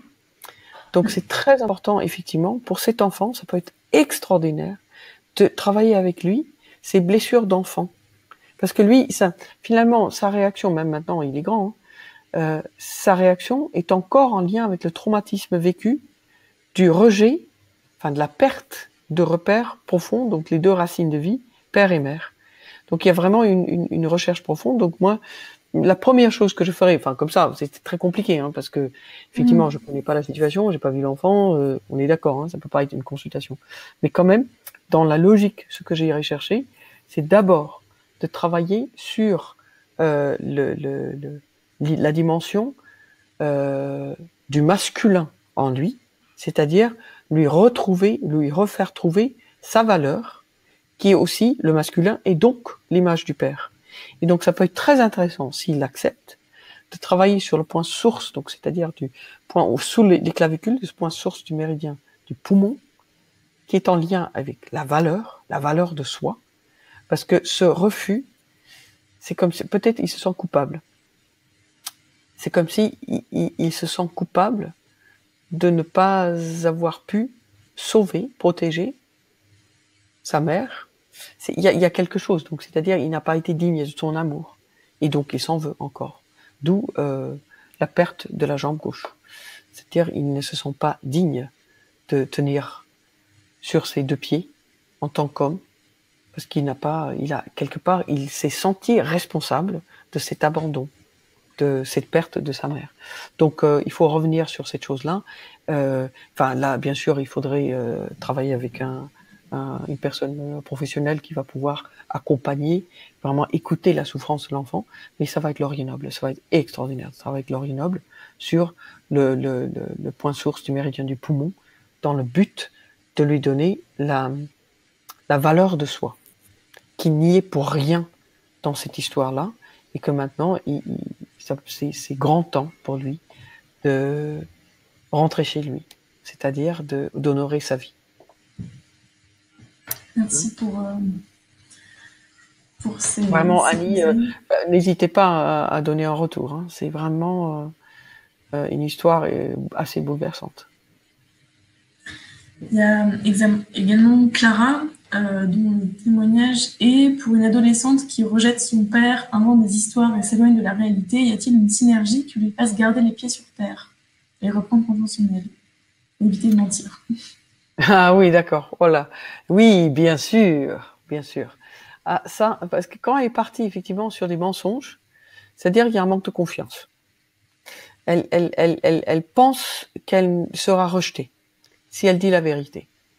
Donc là, c'est très important effectivement c'est-à-dire de retrouver son lien de confiance avec son père, bien sûr, mais aussi qu'elle puisse faire confiance à elle-même, parce peut-être elle se sent moins que rien, elle se sent coupable de mentir à son père, toujours systématiquement, que ça déraille. Donc elle est partie dans cette logique-là de se sentir coupable, et en même temps c'est le lien, c'est le rôle que son père, enfin l'image que son père donne d'elle, c'est bien celle-là. Donc pour ne pas trahir l'image de son père, elle continue à se comporter de cette façon-là. Donc c'est quelque chose qui se mord là, qu'on rentre dans des spirales de fidélité de l'enfant qui ne veut pas trahir son parent, l'image que donne le parent, donc même si c'est une image négative. Donc là, ça c'est romarin verbenone, l'huile essentielle de romarin verbenone. Donc si j'ai bien compris, c'est une adolescente, donc elle peut tout à fait utiliser romarin verbenone, pas voie orale, per os. Ça va être très intéressant parce que ça peut aussi travailler sur justement l'équilibre humoral, hein, qu'elle puisse avoir une meilleure maîtrise déjà de son état humoral, hein, qu'il y ait moins d'agressivité dans les paroles. Ça peut être très intéressant parce que j'imagine que ça doit pas être facile, ça doit partir un peu vite. Donc romarin verbenone, une goutte le matin pendant 3 semaines. Donc ça c'est pour le travail pondéral. C'est quelque chose qui peut être fait sur 3 mois. Donc c'est-à-dire avec une semaine d'arrêt entre chaque, après chaque 3 semaines. Donc là c'est vraiment 3 mois de travail, plutôt pour l'équilibre humoral et hormonal. Et puis pour reconstruire ce lien de confiance avec le père, on va faire l'huile essentielle papa-maman. Hein. On va lui faire les deux, hein, le cadre parental. Donc ça peut être très intéressant de faire Laurier Noble le matin sur le bas-ventre, qu'elle se l'applique elle-même, donc 2 gouttes de Laurier Noble sur le bas-ventre, elle peut l'appliquer pure, et puis le soir, 2 gouttes de lavande vraie sur le plexus solaire, et ça elle peut faire pendant une semaine, juste matin et soir pour commencer, et répéter quand elle aura besoin.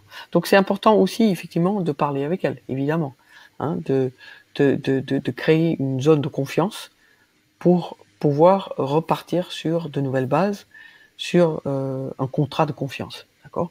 Mais c'est quelque chose qui va tout à fait être salutaire dans son cas. Merci, parce que toujours dans les adolescents, il y a Eleonore qui pense que je pense que mon fils de 13 ans m'en veut d'avoir quitté son père maltraitant et il essaye de prendre la place d'un homme à la maison.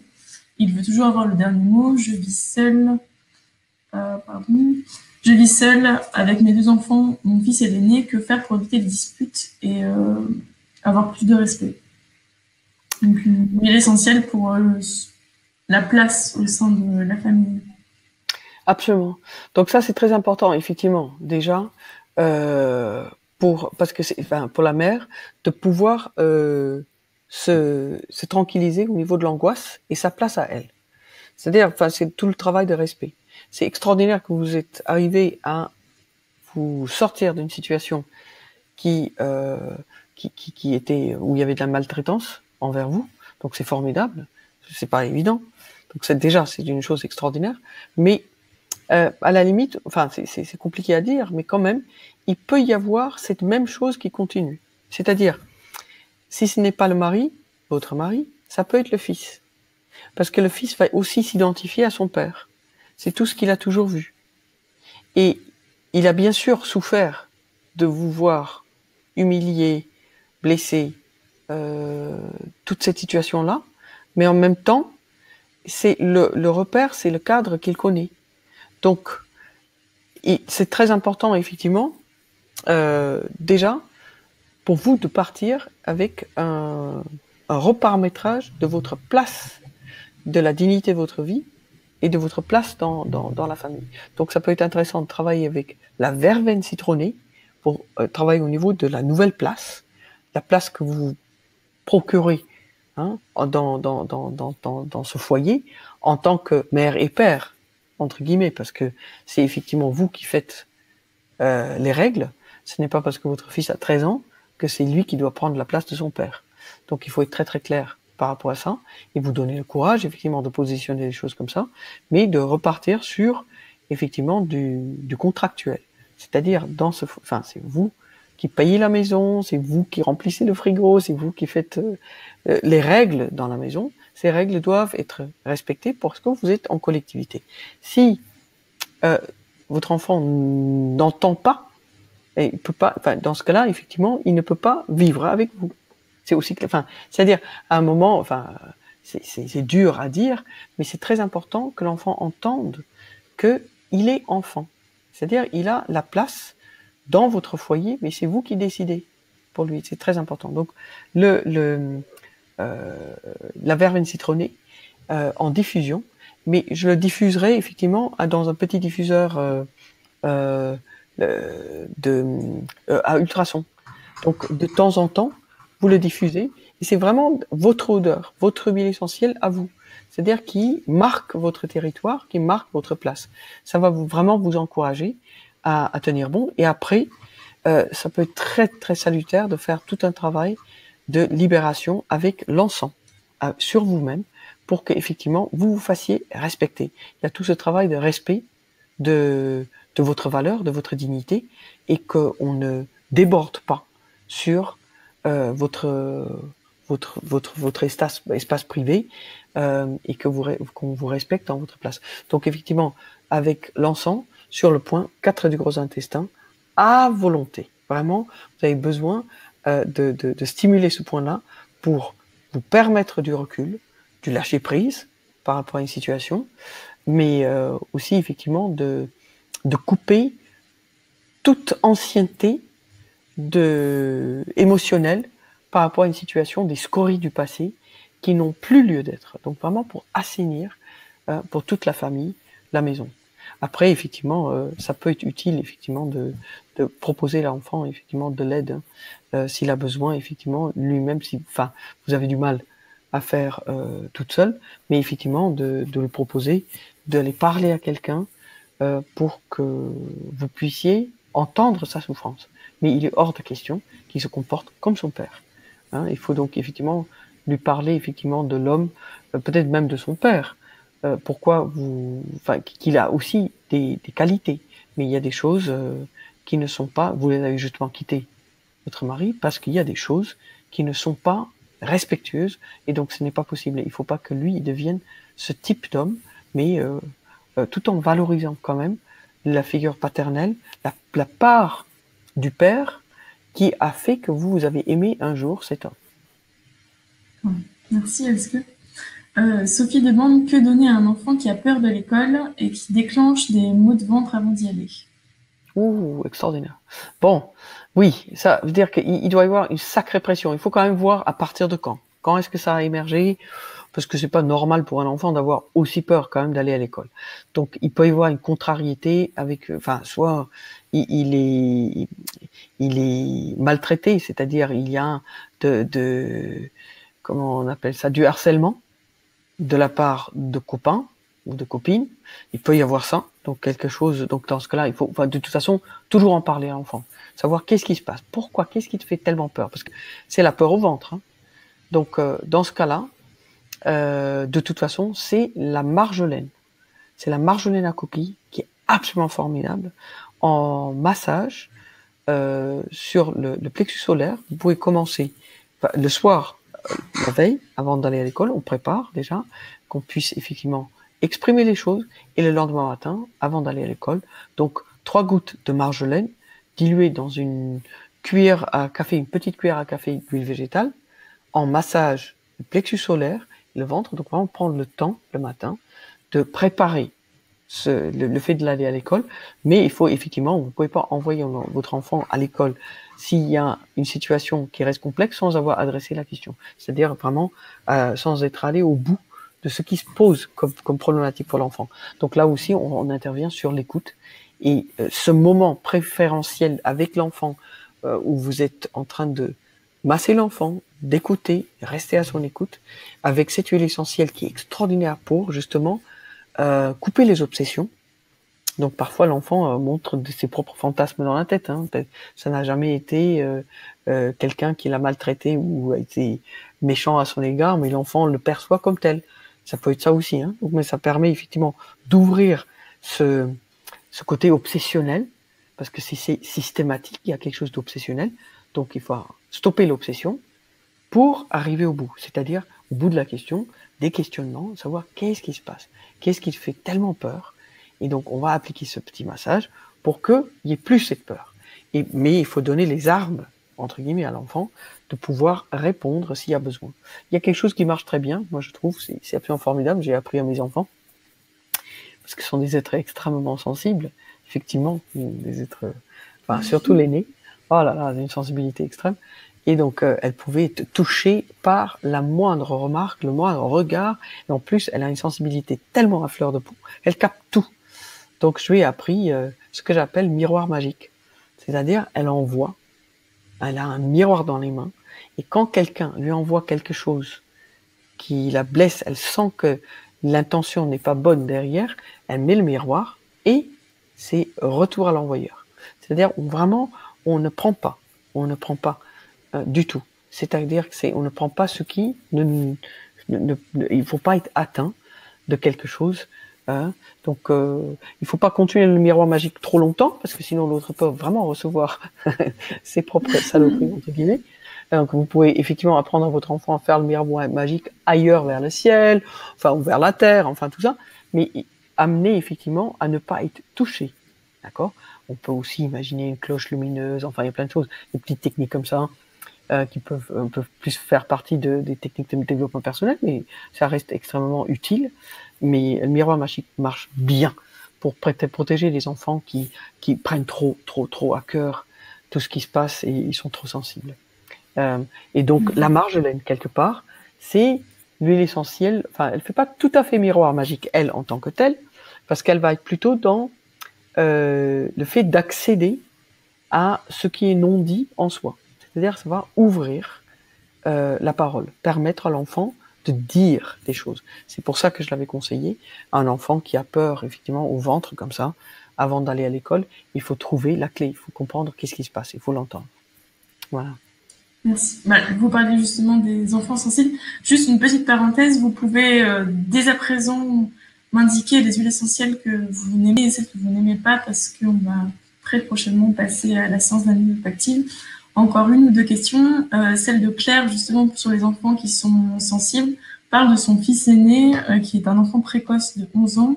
Il est toujours cérébral, il n'arrive pas à communiquer ses émotions. Donc, comment l'aider pour mieux communiquer des émotions? Oui, parce que du coup, il est toujours en décalage. Il se sent toujours, il est jamais là où il faut être, parce qu'il est toujours ailleurs. C'est un peu la difficulté des enfants précoces.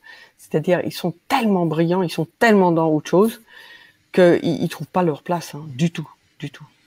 Donc, il y a deux solutions. Enfin, il y en a toujours plusieurs. Hein. Vous avez bien sûr l'embarras du choix en termes de solutions. Mais il y a une première chose qui pourrait être intéressante, c'est-à-dire de surtout pas contrecarrer cette tendance à la brillance qu'il a.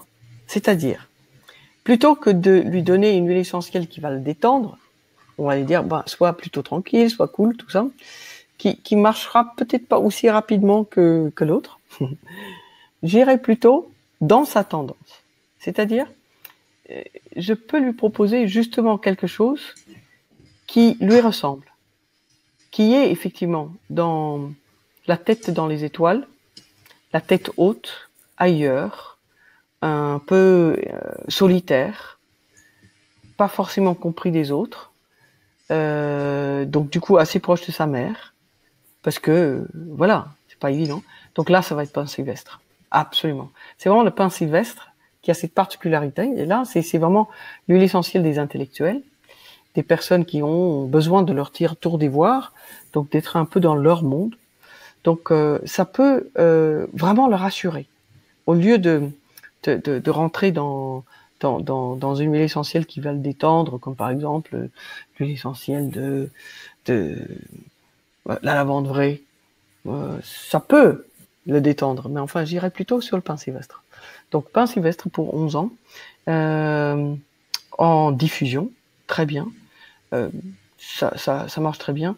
En application, c'est pas si évident que ça.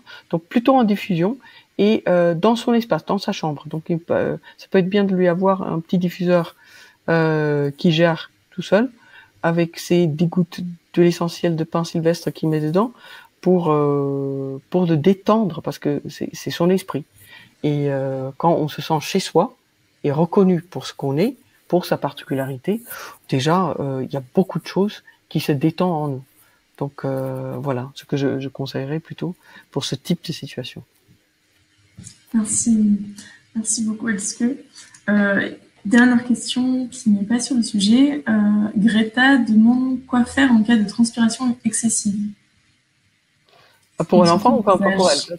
D'accord. Pour elle, je pense. En quelques mots.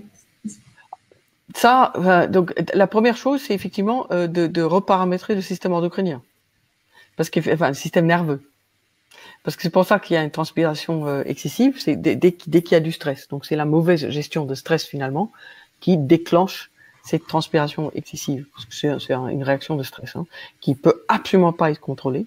Donc on est vraiment dans les méandres du système nerveux orthosympathique qui agit dès que on se sent mis en danger. Donc il y a une situation de mise en danger quasiment permanente pour avoir ce type de réaction. Donc ça peut être intéressant de travailler avec une huile essentielle comme la marjolaine.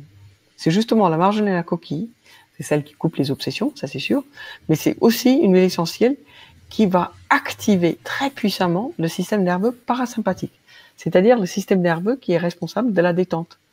Donc c'est une huile essentielle qui est à la fois tonifiante, donc enfin, elle est très étrange sur le plan de son profil biochimique, elle reste mystérieuse. C'est une des grandes huiles essentielles pour la dimension psychique. Donc c'est quand même si la question apparemment n'a rien à voir avec le sujet, ça a tout à voir avec le sujet, parce que justement l'hyperhidrose, donc la transpiration excessive, est en lien justement avec les dimensions psycho-émotionnelles et en lien avec le stress. Donc on va partir sur la marjolaine des jardins. Vous pourrez la diluer à 10% dans une huile végétale et l'utiliser quand il y a besoin dans la journée. Donc ça peut être jusqu'à 5 applications sur les poignets et plexus solaires par jour, jusqu'à ce que il y a quelque chose qui se reparamètre, qui se calme. Ça peut être intéressant aussi le soir, au coucher, de vous faire un massage avec cette huile essentielle au niveau des pieds. Donc, c'est-à-dire utiliser cette même synergie, cette dilution à 10% dans une huile végétale, plutôt fluide du coup, parce que comme vous allez en faire une application assez régulière dans la journée, dans un premier temps, ça peut être intéressant. Donc, pépins de raisin est superbe, vraiment très très très fluide, très agréable pour cette application. Et puis même en massage du pied. Donc le soir, ça va partir sur à peu près 10 jours, 10 soirs comme ça d'application le soir, en massage tranquille du pied, juste pour reparamétrer ce système nerveux qui s'emballe. Voilà, ça marchera. A priori, c'est quelque chose qui marche bien. Voilà. D'accord. Merci beaucoup. Maintenant, place à la séance d'analyse plastique qui est très attendue, je pense, avec Lise qui se dit réconfortée par l'immortel, mais figée par le nard de l'Himalaya. Ah, oui. Oh là là, extraordinaire. Donc, transportée par l'immortel, c'est ça? C'est ça, oui. Ouais, Enfin, réconfortée par l'immortel et figée par le nard de l'Himalaya. Ah oui, ça c'est incroyable. Donc, il veut dire il y a un grand besoin de collectivité, de vivre vraiment avec des proches, des gens. Enfin, il y a une envie et un besoin de se ressourcer au contact des autres. Donc, a priori, il y a beaucoup de joie de vivre, mais un besoin effectivement d'être au contact des autres et des relations harmonieuses. Donc, il peut y avoir une raison particulière à cela, à cause de la difficulté à apprécier le nard de l'Himalaya. Ça peut être une recherche effectivement de la collectivité ou de l'amitié par difficulté familiale. C'est-à-dire, si on se sent pas à sa place, aimé, valorisé dans sa famille, on peut choisir une nouvelle famille, hein, ses amis. Donc il peut y avoir de ça, parce qu'effectivement, le nard de l'Himalaya est en lien avec les ancêtres. C'est quelque chose de très très pulsionnel, parce que c'est une racine qui est distillée. C'est quelque chose qui n'est vraiment pas anodin. Donc c'est-à-dire qu'il nous parle du subconscient et des choses qui sont un peu lourdes et cachées dans les profondeurs de notre subconscient. Mais voilà, donc c'est très intéressant. Donc il doit y avoir quelque chose derrière qui est un tout petit peu lourd pour l'instant, mais c'est intéressant parce que, comme je vous ai toujours dit, quand on fréquente les huiles essentielles, et une huile essentielle a donné son information à notre hypophyse, c'est déjà trop tard, le travail commence à se faire. Donc, il faudrait laisser de côté effectivement le nard pour l'instant. On va laisser de côté pendant une bonne année, parce que c'est quelque chose de quand même très très très fort. Et puis on va voir effectivement si d'ici là déjà cette supposition que je suis en train de proposer émerge clairement, hein, que ça fasse sens dans votre vie. En tout cas, Lise vous répond, c'est on ne peut plus juste. Ah, ben voilà, donc c'est sûr. Bah oui, on peut choisir ses amis. On peut pas choisir ses amis. C'est exactement la signature. Je voulais pas être trop brute quand même avec cette histoire, mais vous avez voilà. été Apparemment c'est tout à fait ça. Donc vous laisserez quand même de côté pour l'instant le nard. Mais c'est très intéressant parce que justement comme le sujet était un peu la communication non violente, ça peut vous donner, enfin ça peut être intéressant. Il y a un très beau livre qui a été écrit là-dessus sur la communication non violente. Ça peut être l'occasion effectivement de vous plonger dedans et voir s'il y a des petites choses, des petits conseils qui pourraient vous être salutaires, pourraient vous aider pour apaiser ces relations conflictuelles, hein, avec la famille. Catherine dit que le cataphré me subjugue et l'eucalyptus radié me repousse. Ah, merveilleux. Ah, ça j'adore. C'est vrai, c'est vrai. Non, mais parce que le cataphré, fou là là, je comprends. Bon, ça veut dire que quand même, la banalité de quelque chose de brut, de brutal et efficace, ça ne vous convient pas du tout. L'eucalyptus radié est quand même, enfin, c'est une huile essentielle qui a une certaine fraîcheur, une certaine franchise, mais aussi une certaine brutalité. C'est-à-dire, les eucalyptus ne font pas dans la dentelle. C'est très brut. Donc vous aimez pas ça, hein. C'est pas du tout votre esprit. Le côté, ce que vous adorez, et chez les autres, et dans votre vie, dans vous-même, c'est un besoin d'être cajolé. C'est-à-dire, c'est de rentrer dans la dimension de l'autre. C'est comme si vous avez besoin de rentrer, rentrer au contact de l'autre très intimement, et en même temps de vous laisser pénétrer profondément par l'amour. C'est-à-dire vraiment que la peau, que quelqu'un vous rentre dans la peau. C'est vraiment ça. Vous êtes peut-être amoureuse. Extraordinaire. De toute façon, il y a une forte envie d'être très amoureuse. C'est merveilleux. C'est le moment vraiment, c'est l'ouverture vers le besoin d'accepter que les pores de son corps s'ouvrent à la reconnaissance, à la jouissance, à la vie. C'est merveilleux. C'est très beau en tout cas. Il y a aussi beaucoup de personnes, donc là je fais un tir groupé, qui n'aiment pas l'ilang-ilang ou qui l'adorent. Ah oui, non, mais ça c'est sûr. Bon, déjà, c'est relativement simple. Quand il y a une seule huile essentielle qui est aimée ou pas aimée, on va aller dans la signature globale de l'huile essentielle, c'est sûr. Ce qui me permet parfois de faire une analyse un peu plus précise, c'est quand il y a un amour d'une huile essentielle et une autre qu'on n'aime pas ou plusieurs qu'on aime. C'est-à-dire ça enrichit quelque part la signature. Là, en l'occurrence, donc l'ilang-ilang, c'est l'huile essentielle quand même du plaisir qu'on s'accorde. Et puis, on peut même dire du retour à soi dans le plaisir. Donc, souvent, ce qui se passe, enfin, c'est pas très très clair ce que je dis là par rapport à cette dernière phrase, parce que c'est juste parce que c'est en lien avec le maître-cœur. C'est très particulier.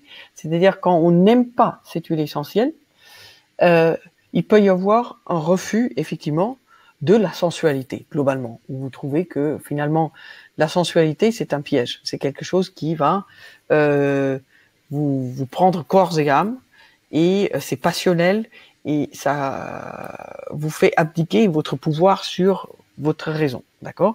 Donc c'est souvent globalement quand même ça, quand on n'aime pas cette huile essentielle, qu'on la trouve entêtante, c'est-à-dire elle vous envahit, elle ne vous laisse pas maîtriser la situation. D'accord? Donc, et c'est une huile essentielle qui est quand même considérée comme étant aphrodisiaque. Donc souvent, il y a mais c'est jamais, c'est juste parce que c'est une fleur, hein. C'est une fleur et qui régule le rythme cardiaque. Donc qui apaise. Donc on est dans une huile essentielle qui est en lien avec la sensualité assez brutalement. D'accord? C'est pour ça qu'elle entête souvent. Mais en même temps, quand on en raffole, ça ne veut pas dire qu'on a absolument besoin d'une grande sensualité dans sa vie. D'accord? C'est plutôt dans le sens où effectivement on a besoin de s'accorder du plaisir, c'est-à-dire de revenir à soi. C'est ce qu'on appelle en médecine chinoise, c'est vraiment le retour au maître-cœur. Le maître-cœur, c'est finalement la dimension en soi qui nous habite depuis toujours. Et cette part en nous qui est en lien avec la joie. Le fait d'être profondément joyeuse, parce que c'est une femme non, c'est plusieurs personnes qui posent la question, joyeux ou joyeuse. C'est-à-dire de revenir, de regoûter à ce plaisir. Et c'est un plaisir qui est simple. C'est-à-dire, c'est le plaisir de l'enfant qui est en joie, qui fait des choses gratuitement, hein, sans arrière-pensée. C'est vraiment dans cette joie-là, hein, pour laquelle on a un attrait ou un besoin. C'est pour ça qu'on raffole de l'odeur d'ilang-ilang. Merci. Il y a Juliette qui dit je ne sors jamais sans mon flacon de titri, mais je trouve qu'il pue horriblement. Par contre, je me sens comme bercée et prise dans les bras maternels par le géranium rosa. Ma mère n'était pas du tout maternelle, elle n'a jamais utilisé le géranium rosa. Ah, formidable, c'est très bien de le préciser. Super. Donc, le tea tree, ça veut dire c'est l'efficacité. On est d'accord, ça pue, on est d'accord. C'est tellement terpénique comme odeur qu'on sait que c'est un produit médicinal. C'est quand même une des huiles essentielles qui n'est pas, elle est tellement terpénique, elle a tellement de paracimène, on sait qu'elle annonce effectivement une efficacité thérapeutique. Donc, il n'est pas rare de ne la pas trouver formidable. Mais ce qui m'intéresse, c'est le fait que vous trouvez que ça pue. Ça, c'est autre chose. C'est-à-dire, le fait de se dire, bon, le tea tree, ça sent le tea tree, c'est pas grave, je sais que c'est efficace. Bon, j'en raffole pas, mais ça va. C'est une chose. Mais dire que ça pue, c'est autre chose. D'accord? Donc, c'est ça, là où c'est très intéressant. Donc, c'est-à-dire, j'ai justement ce côté un peu trop efficace, trop médicinal, trop raisonnable, trop froid, en quelque sorte, qui vous repousse, que vous aimez pas. Mais c'est une part de votre vie. Vous êtes probablement un peu comme ça. Quand même efficace, c'est pour ça que vous amenez le tea tree avec vous. Raisonnable. Vous savez que ça, avec tea tree, vous allez pouvoir faire beaucoup de choses. Mais au fond de vous, il y a un besoin, effectivement, de renouveau, de partir sur des rêves, parce que le Pelargonium rosa, c'est ça. C'est vraiment, c'est du renouveau. C'est l'annonce magique. C'est-à-dire, c'est la cigogne qui porte le bébé, qui porte l'annonce du bébé. Donc, on est dans une dimension qui veut renouveler les choses, qui veut faire autrement, et même peut-être une envie de se comporter absolument autrement avec ses enfants, ou d'avoir des enfants déjà, et de savoir qu'on se comportera vraiment autrement que ce qu'on a reçu comme information de la part de sa mère. Voilà. Donc très intéressant, donc un besoin de renouveau, tout en restant accroché à une dimension assez raisonnable de faire des choses correctement. Merci beaucoup. Il y a Yasmine qui dit je suis accro à l'épinette noire et à l'hélicryse et j'ai horreur de l'ylang-ylang et de la lavande fine. Oh là, intéressant. Waouh. Donc ça, c'est un besoin de faire la paix. Là, il y a un besoin profond de relations harmonieuses, de faire la paix. Donc, vous avez certainement énormément souffert de votre féminin, du féminin, globalement. On a peut-être abusé de votre gentillesse, de la situation. Donc, il y a là, on est vraiment dans le besoin de justice, de reparamétrer des choses, donc que les choses se passent harmonieusement. Et à la limite, de vous positionner plutôt comme médiatrice, mais plus en tant que femme ou très étonnant. C'est-à-dire, a priori, s'il y a cette double refus, enfin c'est un double acceptation de deux huiles essentielles, double refus, donc le refus du féminin sensuel et le refus du féminin mère, qui pose problème. Mais si ça pose problème comme ça, et derrière on raffole de l'épinette noire, qui est l'huile essentielle qui est la médiatrice, c'est celle qui fait la paix, qui tranquillise les choses, qui restaure des communications harmonieuses entre les êtres, et l'immortel également. On est vraiment dans la notion de collectivité, de savoir être à sa place juste dans une collectivité. Il y a vraiment un besoin de tranquillité, de tranquilliser les choses, mais pas forcément en tant que femme, donc c'est-à-dire de vous positionner plus en tant qu'être humain pour des relations momentanément, parce que le féminin a été blessé, a priori. Merci beaucoup. Juste partager l'expérience de Christine qui me dit, avec la rose de Damas que j'adore, après le décès de mon mari il y a 3 mois, j'ai ouvert le flacon d'huile essentielle de rose de Damas et je me suis effondrée, j'ai beaucoup pleuré, que d'émotions avec cette huile essentielle. Donc c'était un partage de son expérience. Ouais, extraordinaire. Ça c'est extraordinaire. Mais quel courage. Je veux dire, quel courage d'ouvrir un flacon de rose de Damas. Ça veut dire qu'il y a dans ce processus de deuil quelque chose qui est déjà tellement accompli, c'est merveilleux. Parce que il est très très rare. Moi, je conseille très peu souvent l'huile essentielle de rose de Damas dans les situations de deuil pour justement éviter des associations avec la rose et le deuil, l'événement, la perte, l'absence, hein, pour ne pas faire d'ancrage négatif, on va dire, entre guillemets. Et là, le fait effectivement de vous réfugier auprès de la rose, c'est-à-dire pour vous permettre de ne pas fermer le cœur, mais justement d'ouvrir le cœur et de le vider, de vider son... Vraiment, ces larmes-là sont les larmes qui lavent, qui transportent, qui honorent, c'est merveilleux. Donc là, on peut considérer que le deuil est fait, hein, c'est merveilleux. Vraiment, merci beaucoup pour ce témoignage très, très, très touchant. Encore une ou deux propositions. Maria de Fatima dit qu'elle adore l'huile essentielle de santal, mais ne supporte pas le patchouli. D'accord, ah ça c'est bien aussi, j'adore. Donc bon, il faut voir si le patchouli, ça c'était quand même une huile essentielle qui a été beaucoup utilisée dans les années 68. Hein, enfin, c'est vraiment la vague des 68 arts. Apparemment, il y avait tout un raffolement du patchouli. Ce qui veut dire aussi ce que ça veut dire, parce que c'était le moment de ce qu'on appelle la libération sexuelle, enfin la révolution sexuelle et tout ça. Donc ça allait de pair un peu avec ça. Donc il faut être prudent. Si votre mère a raffolé de cette odeur et c'est pour ça que vous avez une association qui est négative, c'est-à-dire à cette odeur, parce que elle a un petit peu trop utilisé ce parfum, c'est une chose, d'accord? Mais si vous n'avez pas ce lien spécifique à l'huile essentielle et vous n'aimez toujours pas, ça nous parle effectivement de la dimension pulsionnelle en nous qui pose problème, d'accord? Excusez-moi. Et puis par contre, j'ai beaucoup parlé, c'est pour ça. Et par contre, un besoin de tranquillité parce que le santal est vraiment, c'est ce avec quoi les chapelets bouddhistes, par exemple, sont faits. Donc, on est vraiment dans... Fais une petite... Oui, une petite prise sublinguale. Donc, mais le santal. Je reviens. Oui, pas de souci. Du coup, avant que le webinaire se termine, je souhaitais juste vous rappeler que nous renverrons le replay et la retranscription d'ici la semaine prochaine, à peu près. Est-ce que vous avez pu retrouver votre voix? Oui, la voix, elle est là. Tout à fait. J'ai un petit chat dans la gorge quand je parle du